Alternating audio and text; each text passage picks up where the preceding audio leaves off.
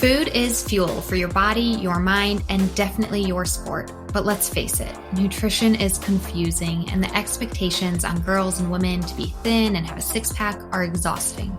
If you've ever been frustrated with your body, confused about nutrition, obsessed with eating healthy, or guilty when you don't, underate, overate, or overtrained, and overwhelmed with all the pressure, then this podcast is for you. Nutrition can be easy, you can take control of it, but it might start with letting go of control by asking for help and making a change.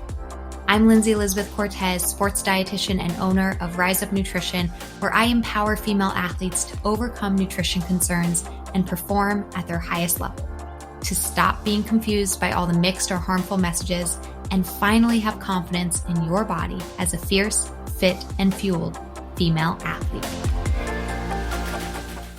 Today's episode is thanks to our Patreon members and our affiliates and partners. Head to patreon.com/femaleathletenutrition to join our membership or donate to the podcast, and stay tuned to hear about some amazing deals and discounts from our partners, including Prevenix, Inside Tracker, Orgain, Practice Better, and Jen and Carrie. But for now, we're getting right to the show. Enjoy. Hello, fans and listeners. This is Lindsay Elizabeth Cortez, your host of the podcast and owner of Rise of Nutrition. Super excited for our guest today, Allie Ostrander. She is an elite runner, a mental health advocate, and we have so much to talk about with her journey with running and food and nutrition and just what's going on in her life these days. She's super active on her YouTube channel and Instagram as well. I feel like she really doesn't need an introduction as she's so well known, especially in this space. But for those of you who may not be familiar with her, she is a 3-time NCAA champion in the steeplechase 3 years in a row when she was running at Boise State from 2017, 18, and 19. She ran with Brooks Beese for a while. She's from Alaska, and right now she's been very vocal and authentic over the past 2 years in her journey with nutrition as well, and she has so much insight to share about that. So we'll get into that today. Allie, thank you so much for being willing to come on our podcast today. Thank you. I am excited. Yeah, for sure. So I always like to start with just kind of asking our guests, their journey with athletics and when you found your passion for running. Yeah. So when I was growing up, both my parents would go on runs. They were in like a local running club. So I kind of grew up around it. Yeah. But I didn't really start getting into it until probably initially third grade, when my sister started running in middle school. I would go to her practice. But it was just kind of something I did. It was another sport, just like basketball or soccer or skiing or whatever. And then when I was halfway through high school, I really started to take it seriously and train on my own outside of practice in the off season, and started to see it more as something that I could do in college and maybe beyond, and not just another sport during the school year. Yeah, it's amazing. I have siblings too, and I think in a similar way, it was when my sister started running track in high school is when I kind of picked up on it as well. So I love that it just kind of was in the family and just something you did. And you did a bunch of other sports too, you said. Yeah. So sometime midway through high school, you were like, hey, I'm actually really, really good at this, and looking not just a passion, but looking to do it in college as well. This is a weird question, but when growing up in Alaska, I would imagine looking at colleges is, I don't know, it's anytime you look at colleges, there might be a move involved, but that just seems like such a bigger move if you're going to come to more the continental, US, right? Yeah. That's a big move. Yeah. I think that if you grew up in Alaska, though, at least me personally, you really want that move because you've been kind of isolated from the rest of the US for your whole life.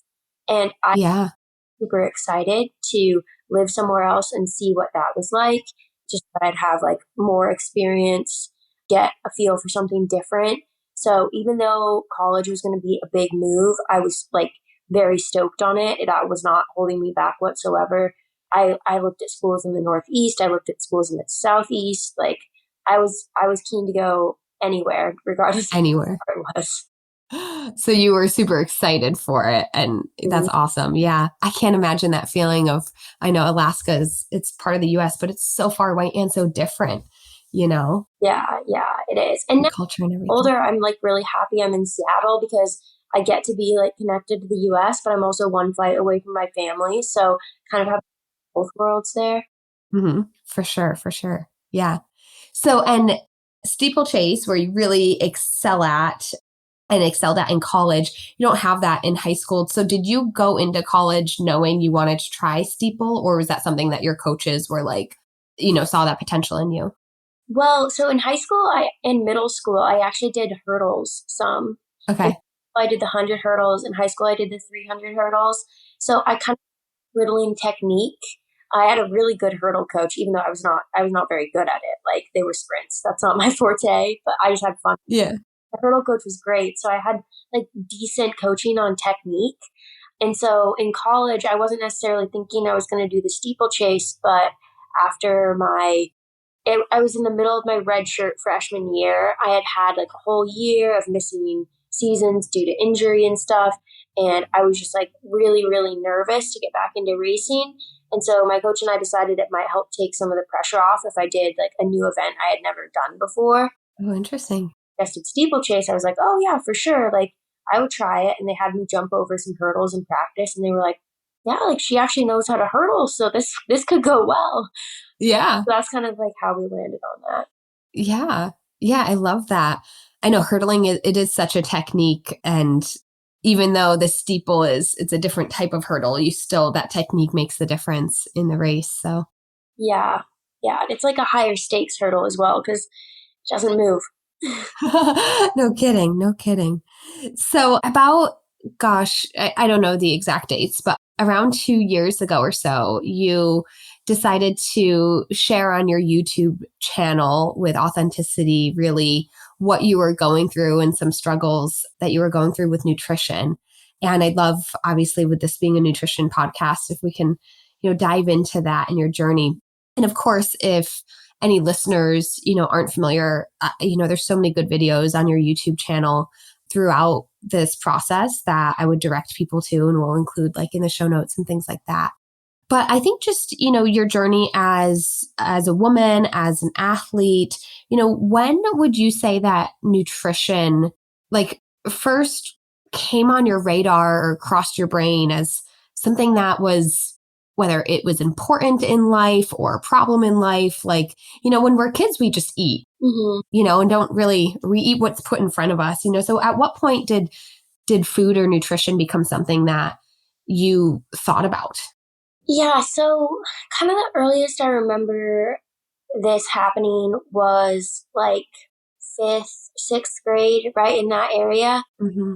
And it was just because like I was the younger sibling. I had kind of seen my sister starting to go through puberty and I saw how that affected her running. And it wasn't necessarily negative either at the time. Like I think she just kind of plateaued for a year, but I saw that as like, oh, I don't want that to happen to me. Like I always want to be improving in my running.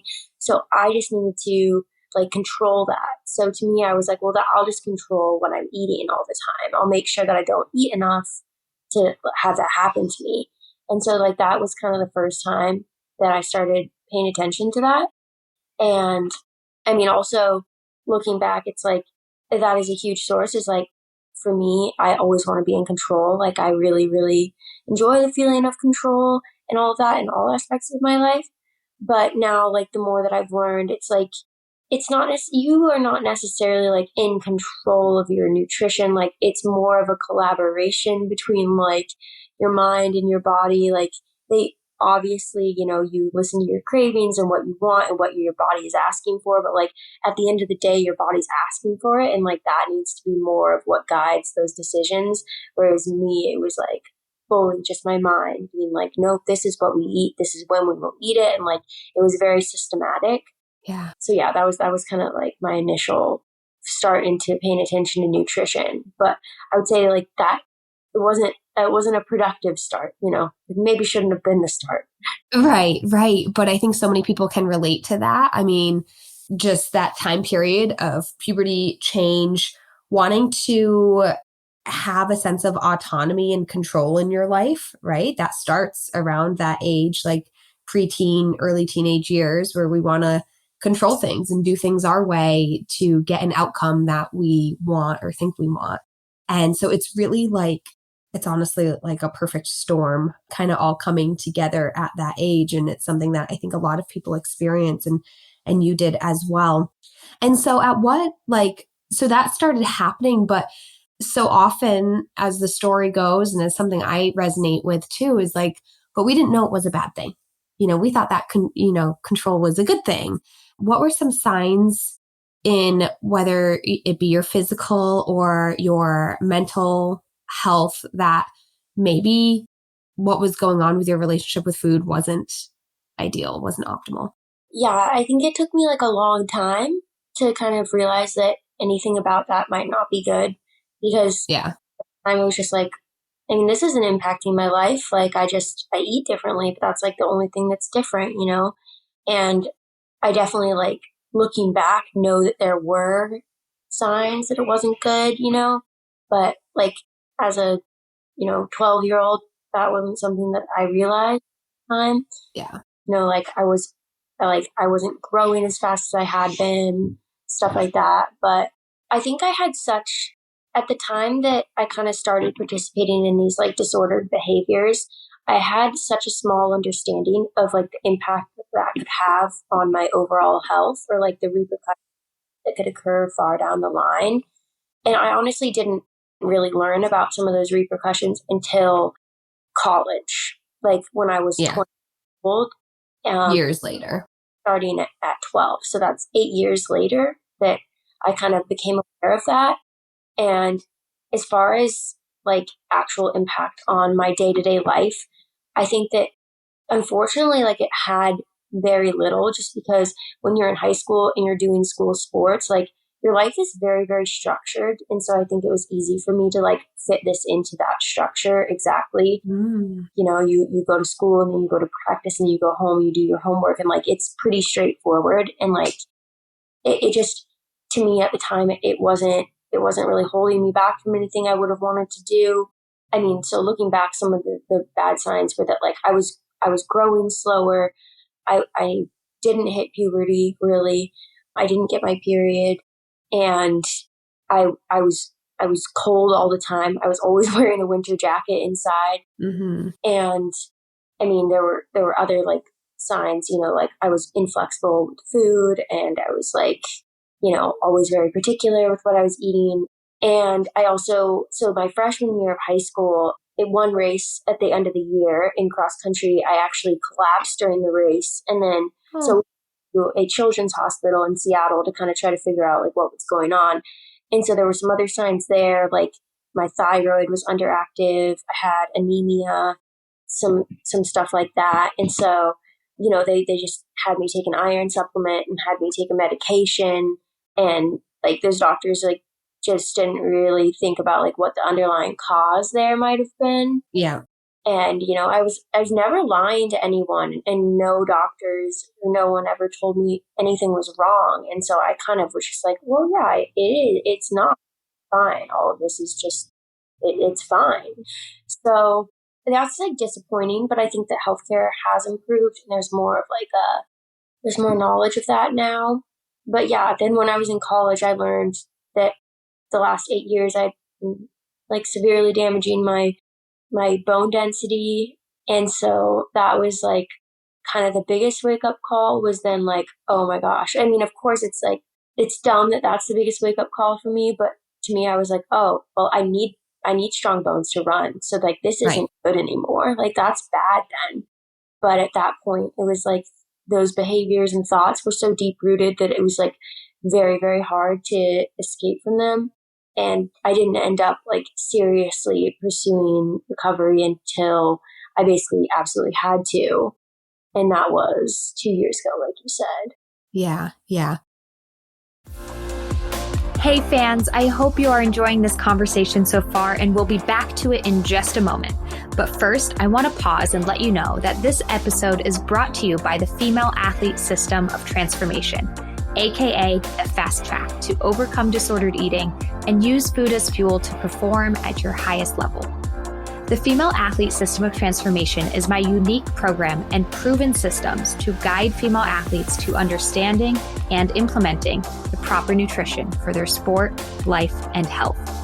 Myself and my team of registered sports dietitians work one-on-one with clients to address their unique needs and counsel them through the nutritional and behavioral changes needed. Many female athletes who resonate with disordered eating, mental guilt around food and body, relative energy deficiency in sport or female athlete triad, amenorrhea, repeat injuries due to negligent nutrition, or frankly, just a lack of knowledge and understanding on their fueling needs, have seen incredible success in the Fast Track. After years of working as a sports RD, I've compiled the most effective ways for female athletes to learn nutrition, be supported, be challenged, and ultimately find their success with fueling as fast as possible. So don't wait another day. Get to your goals faster by joining the Female Athlete System of Transformation. Look in the show notes or head to the website to book a free call and learn more. Okay, now let's get you back to the conversation. Enjoy.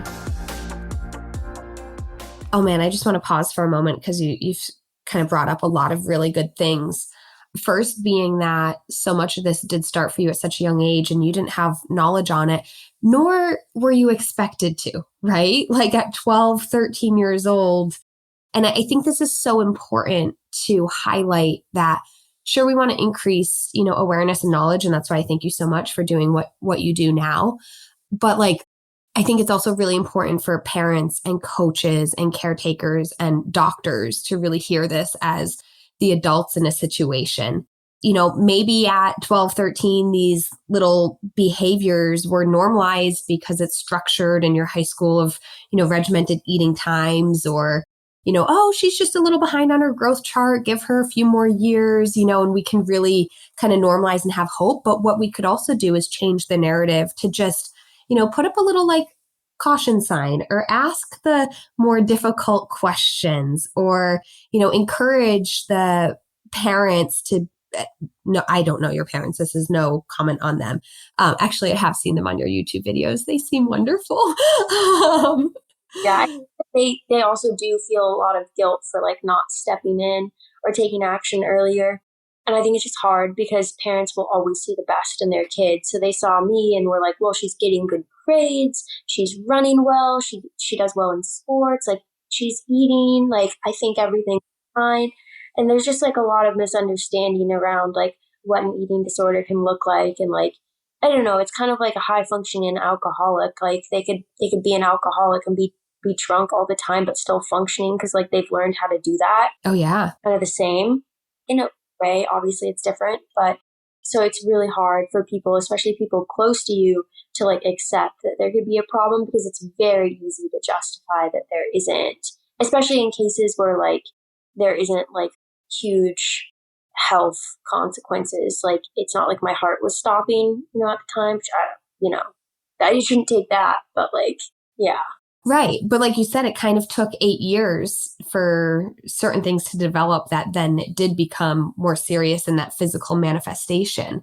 And so I think, again, the point of raising awareness so that adults in the situation can at least be curious. Doctors can ask that one extra question, or encourage, a more holistic nutrition education that really is hopefully good nutrition education of an all foods fit, and encouraging eating lots of food. I don't even want to say enough food, lots of food as a growing adolescent athlete. I think those are some of the, things that are so important to just stress a little bit more, because then it's in your situation, it was man, it wasn't until 8 years later when, we really started to learn about this.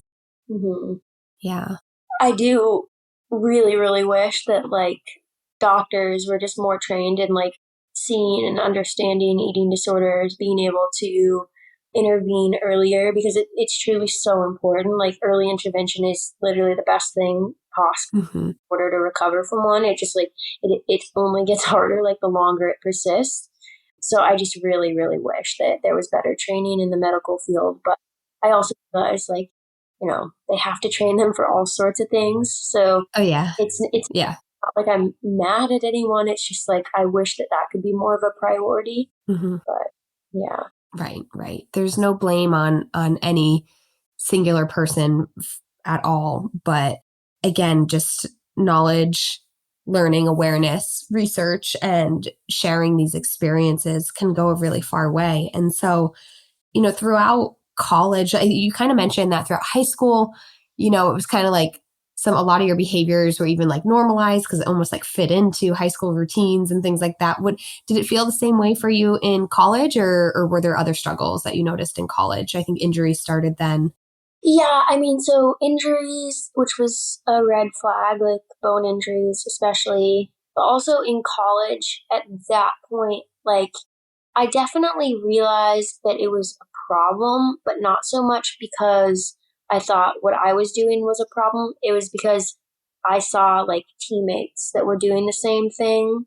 And I was like, oh, I wouldn't tell them to do that. Like, that doesn't seem like a good thing to do. And so then I realized that like that also applied to myself. And so that was kind of how that process started, where I was like, oh, this isn't good. Like, if they actually wanted to be fast, that isn't what I would tell them to do, And yet you were doing it yourself. And yet I was doing it myself. And so that was like one of the parts that helped me realize that. But then at the same time, like I'm so competitive, and I think eating disorders can be really competitive too. And so when you see someone else doing something, you're like, well, I need to do this better. And when that is a maladaptive behavior, that's like very harmful. And so college also was like a big trigger for me. I was away from home, everything changed, and I wanted that control more than ever.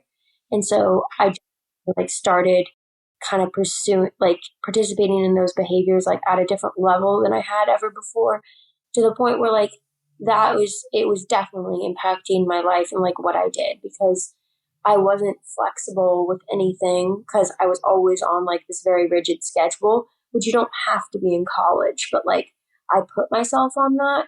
And even though towards the end of college, I got a little bit better about like making time to like hang out with people, do things outside of just like school, running, that, like, I think it really, like looking back, impacted my college experience a lot, because I just wasn't participating in like anything outside of my sport or school, really. Like I was, I wasn't like a shut-in, I hung out with my teammates and stuff, but like not to the extent that I think I maybe could have or should have.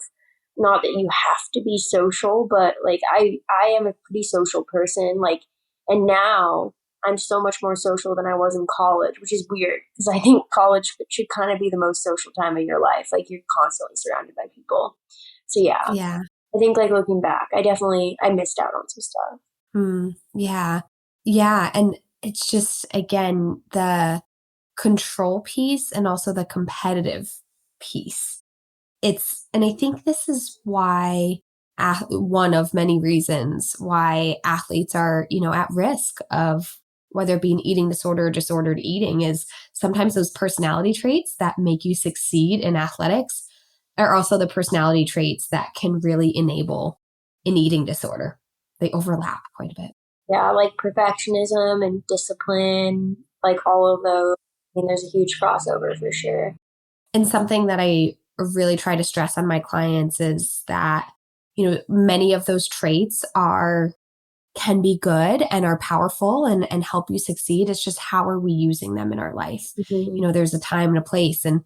And something that I encourage for my clients is even, the perfectionism one, I think we got some work to do on that, because that's always an unattainable goal, but like determination, right? Not wanting to give up, discipline. It's like, is it possible to spin that to, determination to overcome your struggles, determination to get through recovery. So we all have strengths and weaknesses and different personality traits. And I think it's really like, what areas of life can I apply this to, that it actually helps me succeed, and what areas of life do I have to let it go in? Yeah. And I think that like that's been a huge thing for me is like, okay, well, now I need to be like determined and disciplined and like following, my meal plan or whatever that next step in recovery is. Like, I need to turn that discipline to there. And then the competitive nature for me, whenever I feel like really hopeless, because like recovery is really, really hard. And there have been multiple points where I'm like, it's not possible. Like, I can't do it. There's just no way. But whenever I start to think that, I remind myself that like people have recovered. And then the competitive in me is like, well, if they did it, then certainly I can do it too. Like, why? There's There you go. no way they could do it and I couldn't. So yeah, I'm going to be able to do this. There you go. Exactly. Turn that competitiveness into a much more positive spin. I love that. Yeah. Like, I got super excited. I'm like smiling over here when you said that, because I'm like, duh, of course you can. If other people can do it, of course you can do it, And I think that's the mindset that, so many girls need to tap into, if this is happening. And you said it earlier too, just, how difficult recovery is. And again, so many good YouTube videos that you are willing to express that on. And you also started recovery as you were training in your final few weeks training for, and then throughout the Olympic trials, the Tokyo Olympic trials, where you were going in for steeplechase. So that was also like an incredibly hard time, but you did already mention that it was kind of chosen for you by your doctors and your team that you were running for at the time. It's still hard though, right? It's hard to make the decision on your own. And it's also incredibly hard to be, somewhat forced into it. I have air quotes around it because I guess you didn't have to do it, but then there would have been other consequences of like, not being on the team and things like that, or continuing the injury cycle. And, gosh, what a challenging time in your life. I guess just sharing the realities of the treatment center and what that was like compared to like now, where, maybe you're still in this journey, but like the importance of like taking a pause for you, if you think so, the importance of taking a pause and like actually saying, okay, I'm going into this like 6-week program. What impact do you think that had in your recovery versus trying to just do it on your own? I think that it was hugely impactful. One of the hardest things for me in recovery is constantly having to like actively make the choice to like pursue recovery, and like you make it times every single day. And being in a treatment center, having someone preparing your meals for you, creating your schedule for you, like it really helps take some of that decision making out of your own hands.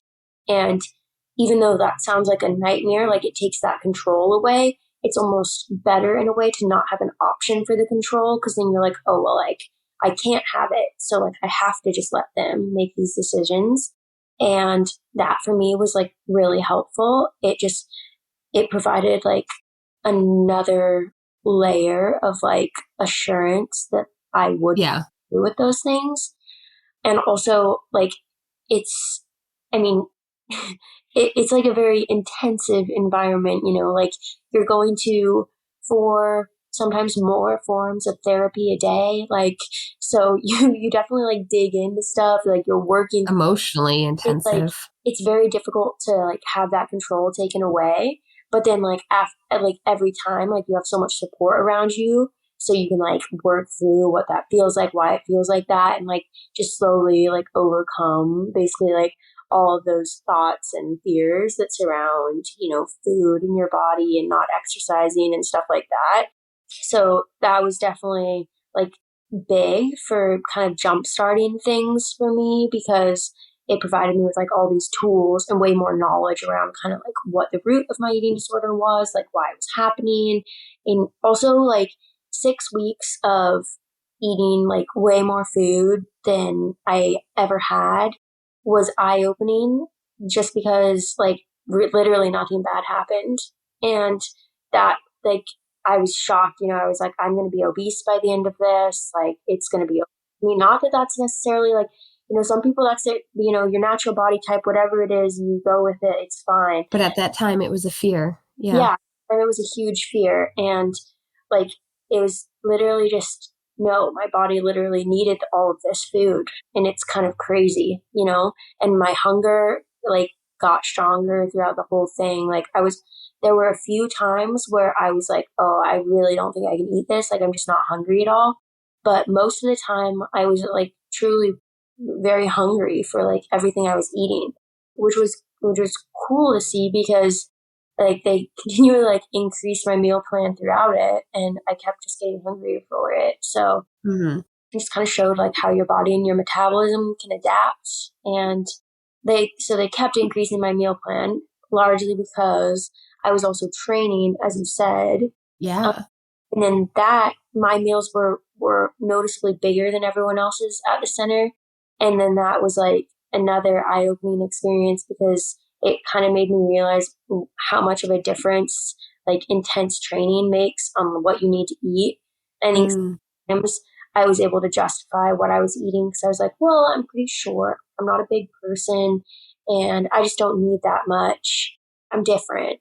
But like seeing that, I was like, no, you need a lot, because you're working out, 4 times more than most people would, at least.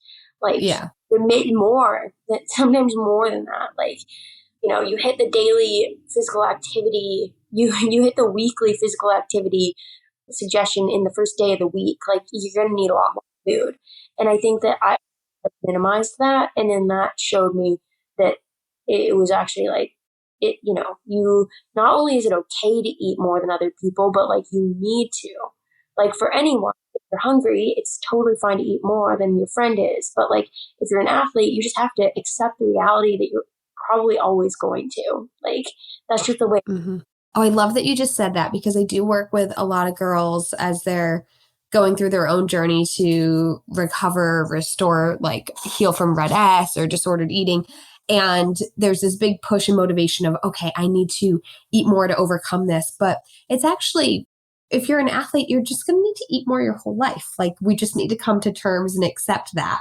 You might need to eat more than your mother. You might need to eat more than your boyfriend. You might need to eat more than your peer, just throughout life, And then we add on top of that the individual differences, athlete or not, that some people just need more food. And there's that too. Yeah. And like if you're an athlete yourself and it takes you a while to realize that, you also have to know that other people might not realize that. And so like you might get caught, like my grandpa, almost every time he sees me eat, it's like, oh, wow, a lot of food. And it's like so difficult for me. I just want to like yell at him every time. But like people just aren't aware. They're not trying to like be harmful. It's just people don't realize like how much, what you eat that day, or like how much food you need, or how hungry you are. And like I would always recommend like don't comment on people's food, but there are generational differences, and like you have to kind of learn how to just like brush those off your shoulder as well. Yeah. It's one of the hardest things as you're learning and coming to terms with it. But then you have all these outside sources or close family members that are, whether it's still stuck in old ways or thought patterns, or just that, their generational difference, like you said, like learning to let it go, learning not to believe in it, probably, to say, okay, these are just words. I don't have to believe in it. I don't have to choose to act on it. I mean, that's hard. And it takes a lot of practice and patience with yourself. Yeah, for sure. Fans, I hope you are enjoying the conversation. We are going to take a quick pause so I can tell you about our partners. They are so valuable in providing you with amazing products and helping keep this podcast going. First, Prevenix. Thanks to their incredible Joint Health Plus product, my aches and pains from running, and honestly, being a new mom, as crazy as that sounds, have literally disappeared. As I continue to push my body physically as an athlete, and frankly, as I continue to age, I was shocked at the aches I was beginning to feel in my knees, wrists, ankles. It seemed like omega-3s, curcumin, nothing was really working, but after just 1 month of Joint Health Plus from Prevenix, I felt a drastic improvement. Honestly, this is something I rarely experience with supplements, but Prevenix uses quality ingredients backed by sound science. Their products are pharmaceutical grade with extensive testing for safety, quality, and purity. They offer other supplements, including probiotics, omega, immune health, and a multivitamin, which I also use daily. And the science behind their multi has changed my opinion on multivitamins altogether. I used to never recommend them or take them myself, and now I recommend and take Prevenix Multivitamin, Mineral, and Antioxidant Plus daily. I am so impressed with Prevenix, and I can't wait for you to try. You can get 15% off your first order using the code RISEUP at checkout. The company also offers 100% money-back guarantee within 30 days because they stand by their products. And so do I. Head to Prevenix.com, Previnex.com, and use the code RISEUP, one word, at checkout for 15% off. For nutritional shakes and bars to fuel your body, head to Orgain.com and use the code RISEUP30 for 30% off your first order. Orgain's ready-to-drink nutritional shakes are my go-to to throw in my bag when I'm heading to the gym or to a trail to run, so that when I'm done, I've got a recovery option to refuel and rehydrate with right away. Orgain makes nutrition and sports nutrition that works. For repeat customers, check the show notes for more. And again, first-time customers, head to Orgain.com and use the code RISEUP30, all caps. And last, ladies, moms, every mom is an athlete. That's why Jen and Carrie have designed the best nursing and pumping sports bras. I cannot rave about these enough. I hate that most maternity bras have clips and don't support being active, but Jen and Carrie get that because they're moms and athletes themselves. They want you to be a mom and an athlete. So their stylish and athletic high-impact bras allow you to crush your workout and then feed your baby with comfort and style. They have saved me during this time of my life, keeping up with sport and momming. Please go check them out at jenandcarrie.com and use the code RISEUP10 for $10 off your order. You won't regret it. Again, jenandcarrie.com, RISEUP, all caps, RISEUP10 for $10 off. Let's get back to the episode. Finishing your formalized treatment, you were there for 6 weeks, right? And I don't know where your head was at the time, but I can imagine so many people are like, okay, I'm just going to do these 6 weeks, then everything will be better. But that's not exactly how the story goes. 6 weeks is like, hey, this is a huge, massive overhaul. This is the foundation. This is what will, really help kind of kickstart your journey towards a better life, a stronger body, and so much more. So after the 6 weeks of actual treatment center, which by the way, then you ran at the Olympic trials, you did amazing, but then you were hit with another injury soon after that, right? Mm-hmm. Am I right on the timeline?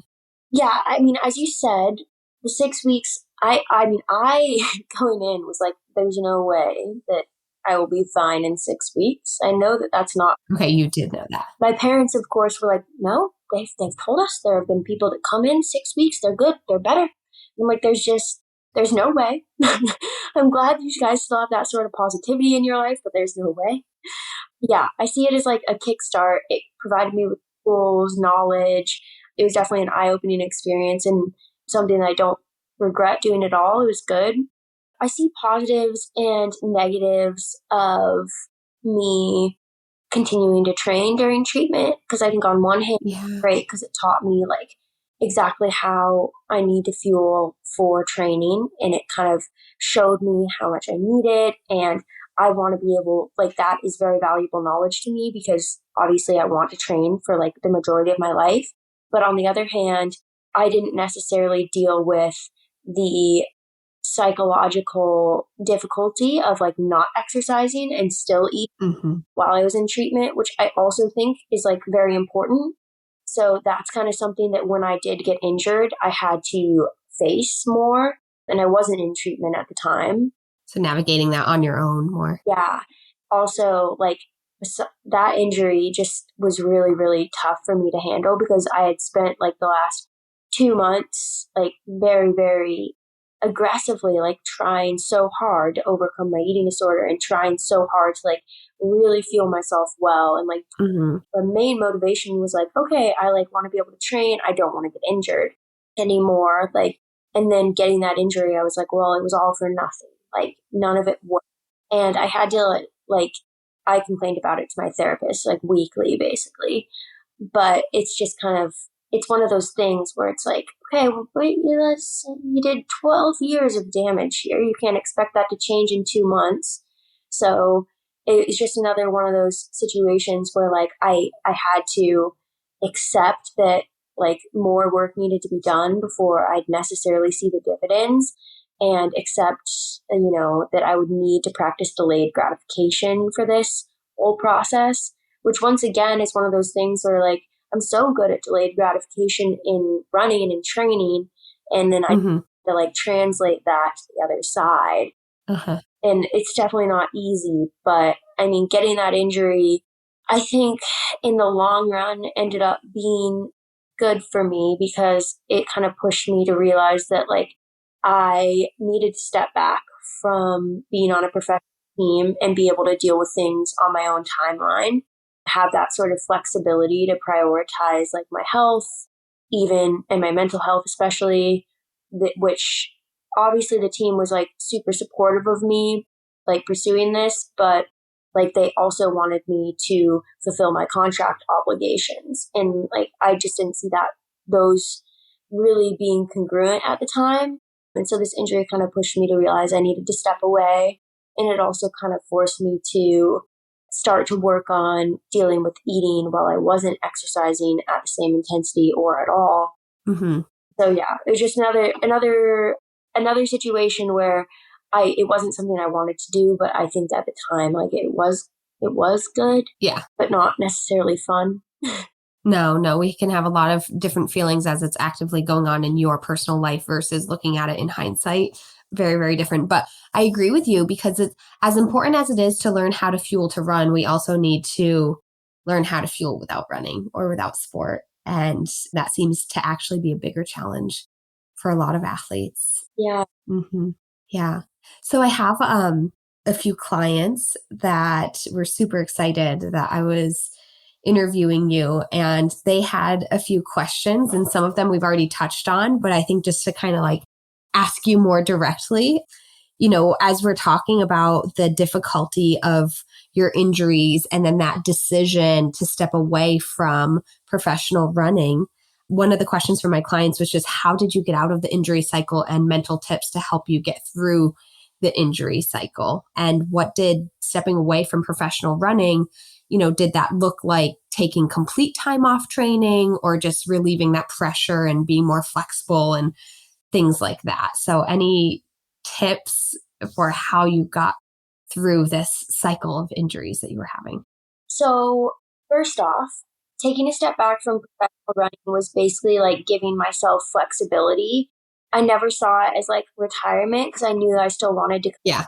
But I like when you're running professionally or in college, like you're competing, 9 months of the year at least. And that was just, I was like, I need 9 months to like slowly build up and not get injured. Yeah. I can't be trying to compete after 2 months, like I had been previously. But also like last summer, I kind of got to, after I had built up, I got to a point where I was like, like I think I'm going to get injured soon if I keep going. So I just stopped. And if I were running professionally, that wouldn't have been an option at the time. Or like it would be, but like I wouldn't have done it because I would have wanted to keep competing because I did. Right. And then my contract said I should. But anyways. Yeah. So to kind of get out of the injury cycle, I did a few things. So one of them was I took probably more time off for my injury than I necessarily needed. Or maybe I didn't. Maybe it was the amount of time I needed. But I took 4 months off of running. And then after that, I very, very slowly worked back into running. Like I did a 7-week walk jog program. And then over the next like 3 months, I slowly increased my mileage. But then the second thing I did was also like completely modify my training, where I decided my mileage just wasn't going to go higher than 40, which was a lot lower than what I had previously been training at. Yeah. But as I said, like I kind of came to acceptance that it was going to take a long time for my body to be like where I wanted it to be strength wise, and that I would have to modify my training for like a couple years to allow myself to like rebuild and strengthen from that damage. And so like since moving away from running professionally, I have not run more than 40 miles in a week. Like I've never increased my mileage past that. Yeah. And I've modified my training a lot. So now like I do more of my volume cross training, and I just run less, I guess. Yeah. Yeah. And I mean, now also I don't do a long run. My long run is on the bike. It's a long run. It's on the bike or the elliptical. Yeah. And yeah, just kind of like some of those small changes to try to keep myself out of the injury cycle. The other thing is whenever I feel something coming on, like since my training is so modified already, it just really doesn't feel like a big deal to like not run for 3 days. So I'll just like take a couple days, no running. And I think that helps. The other thing is that whenever I've been injured in the past, it's been super helpful to like really up the strength training and make sure I'm building strength when I'm coming back from injury and once I'm back. So I do like a lot of like lower body strengthening stuff, core, also some upper body, but like it definitely is more like my injuries are more in my legs, and obviously that's more lower body. So trying to make sure that I'm getting really strong and correcting any imbalances. So doing like a lot of unilateral movements and stuff like that has helped me. But the other thing that I would say is I still don't feel like I'm out of the injury cycle. Like I always feel like I'm very wary, always a little bit scared that I might get injured. And I won't really feel like I'm out of the weeds until I haven't had any sort of injuries for like 2 years. Yeah. So yeah, it's like I said, sort of modifications. They weren't just for the comeback. Like these are things I'm going to continue to integrate until I feel very, very safe in training and my strength and durability. So I think that's the biggest thing is you kind of have to accept it's not just a comeback. It's a complete change. Yeah. The style in which you train, but also realizing that there isn't just one way to train and you can be really successful in multiple ways. So, yeah. Yeah. I love that. I kind of, as you were talking, kind of wrote them down because I think they were just spot on tips to first maybe relieve yourself of the pressure, whether it be external things like a contract or a team, like relieving yourself of the pressure. Taking time off is important. And then when you return, it's a slow reintroduction. And it's not just going right back to your old training habits. It's a new approach. It's a change in your training methodology. And it's also being very in tune with your body, being very aware at the first signs of, I don't feel good or I'm having pain to again, take time off or take that seriously. And then really focusing on strength training as well. Those are amazing tips. Thank you. Yeah, those are really great. Another question from one of my clients was, and this is, I don't even know how to pose this exactly, but I think in a journey of recovery, there's many highs and lows, and there's moments where we feel like maybe we're going backwards. And, a common saying is, well, progress isn't linear. And I think this is part of it. But one of my clients' questions was like, if there was any sort of like relapse or anything like that, like, is there anything you would do differently, physically or mentally, like going through this process again? Does that question make sense? Yeah. I think that I don't think I would do anything differently other than like earlier intervention. I just feel like there have definitely been like ups and downs, highs and lows. Like you said, it's not going to be linear. That's why I was hesitant to say the word relapse, because I don't know how I fully feel about that term, just because it's like it's normal to have some moments of feeling like you're going backwards when you're still in the process. But I think that like for me, it's like everything that kind of happened, I felt like I needed to experience to be able to like move forward. Mm-hmm.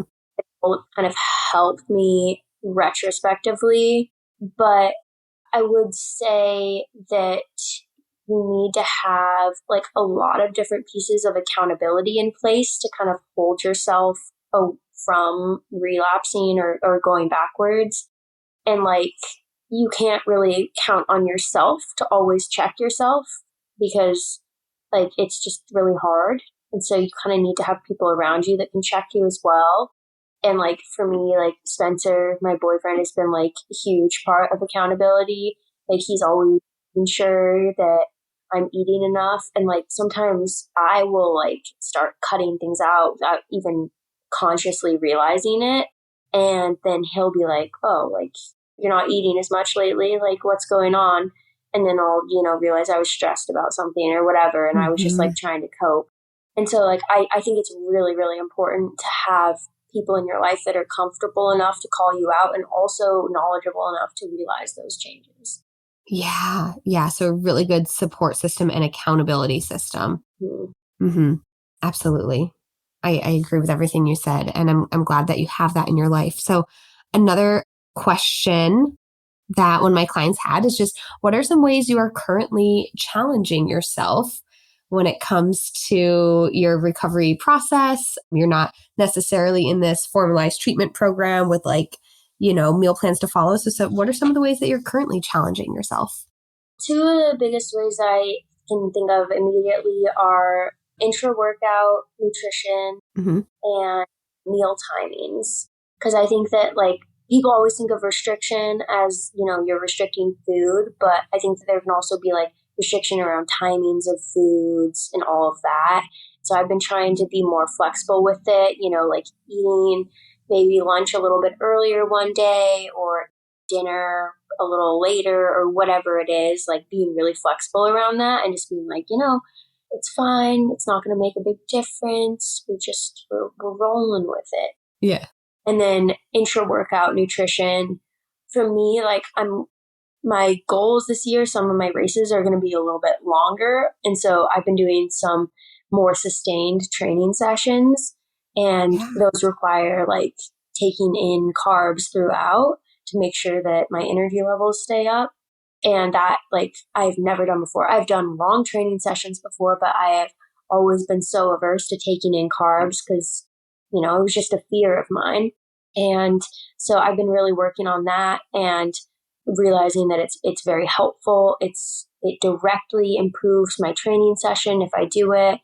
And, I want to make sure I'm getting the most out of my training and able to recover afterwards. So yeah, I've been working on taking in carbs during my training sessions. And like the amount of carbs that I'm taking in was it would just absolutely freak me out like 2 years ago. And now I'm like in the past slowly like do that and slowly increase the amount that I'm having. And it's still really hard for me, but it's one of those things where like every time I do it, I realize like nothing bad happened. In fact, like it made me feel better. And so like if I doing it over and over, eventually it will just feel natural. Yeah, absolutely.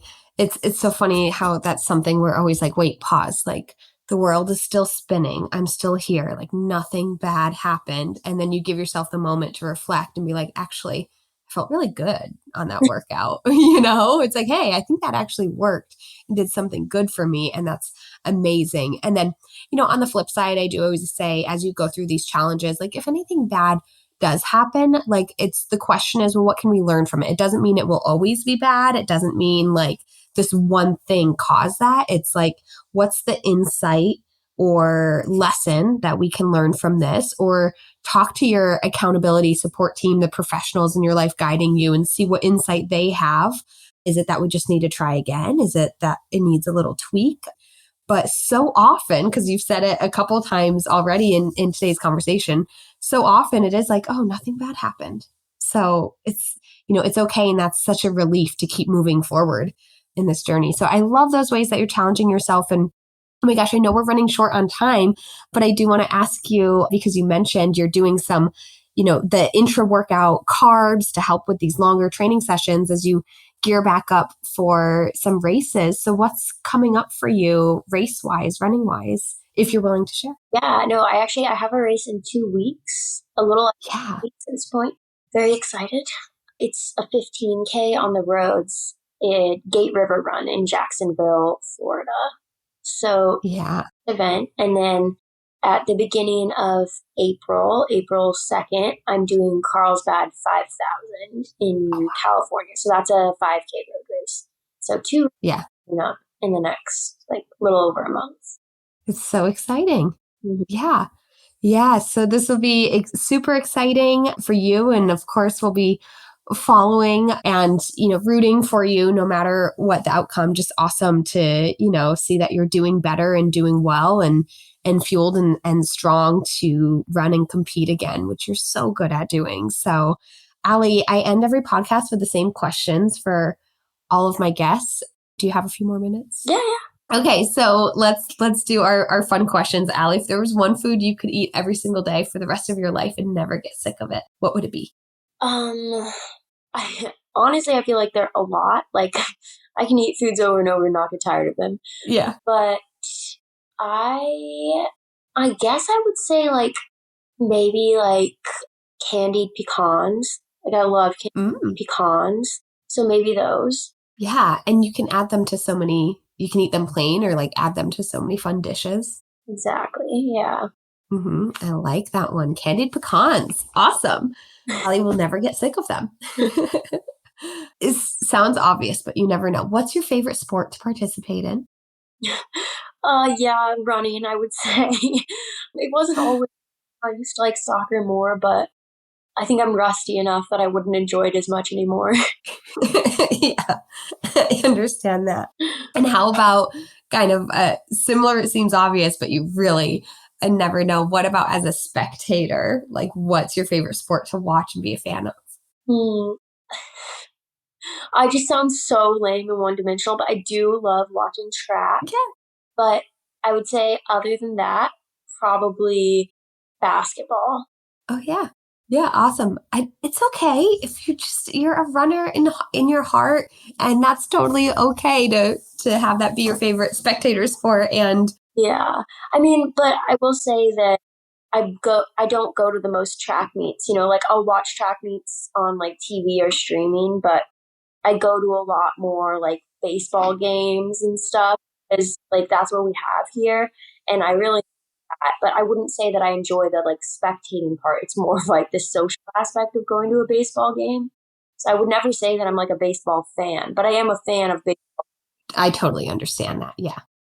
Yeah. I think I'm the same, which is why for me, I like going to baseball games, but I wouldn't watch baseball on TV. Yeah. Yeah. That's how you know the difference. Yeah. Okay. And so our final question, Allie, if there's another female athlete out there that you want to give a shout out to for just being a role model or an inspiration to you, whether she's somebody well-known or just in your personal life, who would that be and why? Yeah. I mean, I would probably say two. So first off, Kara Goucher, just because I have looked up to her ever since I was in middle school and saw her on the cover of Runner's World. And she's been such a good role model through everything. She's been a huge advocate for, women's rights with pregnancy and also their bodies and, yeah. The negative situation she was in at Nike and removing herself from that, even if it meant, possible negative consequences from a huge organization like Nike coming against her. And that's super inspirational and just she's just such a stand-up human. And then secondly, I would say Tina Muir, because she was one of the first resources I saw that was talking about the dangers of losing your period as a runner and how to recover it, and being just a huge advocate for overall health through performance. And both of them now, I actually have spoken to, messaged with, I've been on Tina's podcast, and they're from having actual interactions with them, I can confirm that they're great people. And so, yeah, I would say those two. Yeah, Kara Goucher, Tina Muir, amazing female athletes and role models, and you yourself as one of them, Allie. Can't thank you enough for all you've been doing to advocate for other girls and women and female athletes and taking care of their bodies. And thank you so much for talking with me today and sharing this on my platform. Yeah. Well, thank you also for just being a great voice of reason for so many people. And thanks for having me on. Well, everybody, thanks for listening. I really hope you enjoyed that episode. And if you did, if you are a true fan of female athlete nutrition, then I would love if you could support our podcast by spreading the word. Share a review on your listening channel, give us 5 stars. It really helps get the word out and get the show more views to positively impact others. Also, you can support the podcast by joining our Patreon. Head to patreon.com/femaleathletenutrition to consider a donation, or even better, join our membership where you get extra monthly content and perks. We don't want you to simply listen alone. We want you to be a part of a community and a movement of fierce, fit, and fueled female athletes. So patreon.com/femaleathletenutrition is where you can do exactly that, learn more, and join. A huge thanks to our affiliates and partners as well. Once again, Prevenix, Inside Tracker, Orgain, Practice Better, Jen and Carrie. Please go check them out, and their links in the show notes where you can get deals and discounts. Last, be sure that you do more than just listen. If you need help with fueling, it's time to take action. Head to my website to learn more. You can either book a free call with me to learn more about our coaching programs and how we can work directly with you, whether it's the fast track or otherwise. Or you can take our online self-study course, Female Athlete Nutrition. You can literally sign up and gain access right now. You can explore our downloadable products, including the Red S Recovery Guide, High Iron Fueling Guide. Or if you are a coach of a team, check out our brand new Coaches Toolkit for teams. You can also just learn more. We have a blog, a Red S quiz to see if Red S is affecting you. If you need help, I want you to get help fast. Too many girls and athletes struggle with nutrition, but you don't have to any longer. You can rise up with the power of nutrition, take action today in any of these avenues, and become fierce, fit, and fueled. Links in the show notes, and we'll see you next time.